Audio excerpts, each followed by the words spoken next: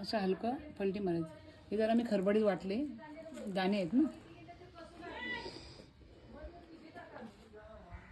नंतर मग थोडंसं स्प्रे करायचं. झालं. आता याच्यावर मी थोडी सुकी माती टाकणार आहे आणि नंतर जेव्हा एक दिवस गेला ना तेव्हा स्प्रे करायचं.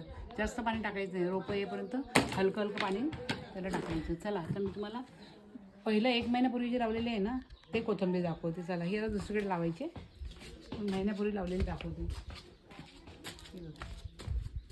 हे ह्याला धने हे जे आलेत नाही धने आहेत. पाहिजे असेल आपण धने म्हणून सुकू शकतो, पाहिजे असेल तर आपण हे बियाणं म्हणून सुकू शकतो. हे मी बियाणंच ठेवणार आहे. आणि बघा महिन्यापूर्वी लावलेली कोथिंबीर कशी आली,